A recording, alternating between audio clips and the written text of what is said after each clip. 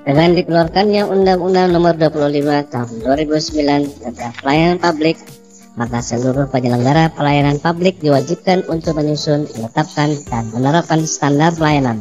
Hal ini dikuatkan dengan disahkannya Peraturan Menteri Pan-RB Nomor 36 Tahun 2012 tentang petunjuk teknis penyusunan, penetapan, dan penerapan standar pelayanan sebagai peraturan pelaksana dari Undang-Undang Nomor 25 Tahun 2009. Standar pelayanan adalah tolak ukur yang dipergunakan sebagai pedoman penyelenggaraan pelayanan dan acuan penilaian kualitas pelayanan sebagai kewajiban dan janji penyelenggara pada masyarakat dalam rangka pelayanan yang berkualitas, cepat, mudah, terjangkau, dan terukur. Standar pelayanan dari sebuah unit pelayanan publik harus mencantumkan komponen-komponen dasar dalam pelayanan, yaitu dasar hukum, persyaratan, sistem mekanisme dan prosedur, jangka waktu penyelesaian, biaya tarif, produk pelayanan, sarana prasarana dan atau fasilitas, kompetensi pelaksana, pengawasan internal, penanganan pengaduan, saran dan masukan, jumlah pelaksana, jaminan pelayanan, jaminan keamanan dan keselamatan pelayanan, evaluasi kinerja pelaksana. Dalam pelaksanaannya, standar pelayanan menjadi sebuah acuan bagi para pelaksana pelayanan publik sebagai standar dalam melaksanakan pelayanan. Selain itu, standar pelayanan yang telah disusun dan ditetapkan oleh unit pelayanan publik harus dipublikasikan kepada masyarakat, baik melalui media cetak maupun media elektronik, sehingga semua masyarakat yang ingin mendapatkan pelayanan mempunyai gambaran yang jelas mengenai bagaimana keadaan pelayanan di tempat tersebut, tentang mekanisme, prosedur, waktu pelayanan, biaya, dan berbagai hal yang disediakan oleh unit pelayanan publik. Dengan dipublikasikannya standar pelayanan, masyarakat bisa mengetahui baik buruknya pelayanan yang diberikan. Apabila pelayanan tidak sesuai dengan standar pelayanan yang dipublikasikan, masyarakat berhak untuk protes atau melaporkan unit pelayanan publik yang bersangkutan, baik kepada unit pengawasan maupun layanan pengaduan yang disediakan unit tersebut. Sebelum mempublikasikan standar pelayanan, penyelenggara pelayanan publik juga diwajibkan untuk menyusun maklumat pelayanan. Maklumat pelayanan merupakan pernyataan tertulis yang berisi keseluruhan rincian kewajiban dan janji yang terdapat dalam standar pelayanan. Dengan adanya maklumat pelayanan ini, berarti unit penyelenggara pelayanan publik membuat janji untuk menepati segala apa yang ada dalam standar pelayanan. Dan ini memberikan kekuatan hukum bagi masyarakat apabila unit pelayanan publik tidak memberikan pelayanan sesuai dengan standar pelayanan yang ada. Dalam pelaksanaannya, kadang-kadang terdapat kekeliruan dalam penyebutan beberapa istilah, yaitu antara standar pelayanan minimal, dan standar operasional prosedur. Standar pelayanan merupakan suatu pernyataan mengenai kewajiban dan janji yang bisa diberikan oleh unit pelayanan publik pada masyarakat. Standar pelayanan minimal adalah ketentuan tentang jenis dan mutu pelayanan dasar yang merupakan urusan wajib daerah yang berhak diperoleh setiap warga secara minimal. Istilah standar pelayanan minimal mengacu kepada standar pelayanan yang paling minimal yang mampu diberikan daerah pada masyarakat dalam pelayanan yang bersangkutan dengan urusan wajib daerah. Jadi standar pelayanan minimal mencakup seluruh urusan wajib pemerintah daerah, bukan hanya dalam suatu unit pelayanan saja. Sedangkan standar operasional prosedur adalah serangkaian instruksi tertulis yang dibakukan mengenai berbagai proses penyelenggaraan aktivitas organisasi, bagaimana dan kapan harus dilakukan, di mana dan oleh siapa dilakukan. Standar operasional prosedur merupakan urutan-urutan dalam melaksanakan suatu pekerjaan dalam administrasi perkantoran. Seluruh SKPD pemerintah harus memiliki standar operasional prosedur tentang tugas pokok dan fungsinya masing-masing. Dan unit pelayanan publik pun akan memiliki standar operasionalnya sendiri yang harus dikerjakan dalam melaksanakan pekerjaan. Dalam beberapa penjelasan tersebut sudah terlihat bahwa istilah standar pelayanan minimum, dan standar operasional prosedur memiliki makna dan arti masing-masing. Akan tetapi kesamaan mengenai standar kadang-kadang membingungkan dalam penyebutan istilah. Dengan adanya standar pelayanan minimum, dan standar operasional prosedur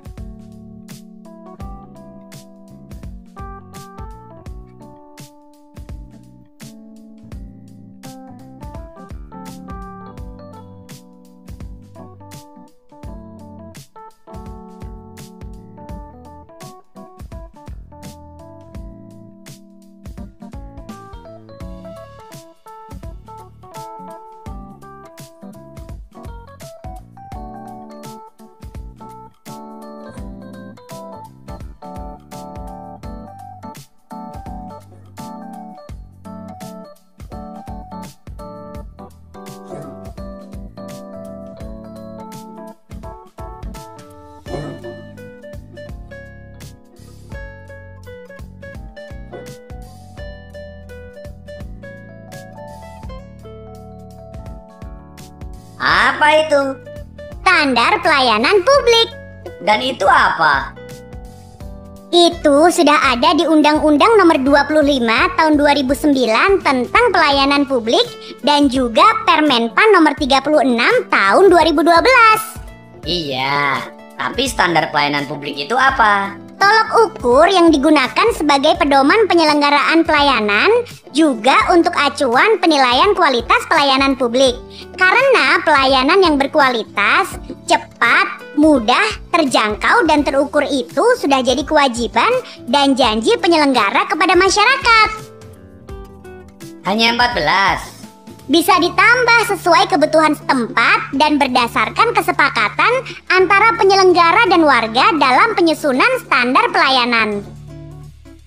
Standar pelayanan publik ini penting ya. Berarti ini bisa jadi jaminan untuk mendapatkan pelayanan yang responsif, transparan, dan akuntabel bagi masyarakat. Tepat. Dan standar ini juga membuka akses informasi pelayanan publik untuk proses pengawasan serta meningkatkan kesadaran atas hak dan kewajiban dalam pelayanan publik. Ini juga sangat berguna bagi penyelenggara pelayanan.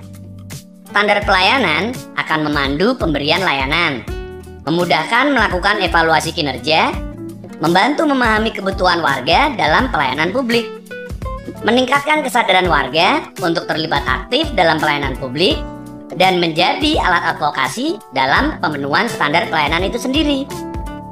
Ya, betul sekali. Mau tahu bagaimana penyusunannya? Mau. Ada 3 tahapan, yaitu 1. Penyusunan standar pelayanan, 2.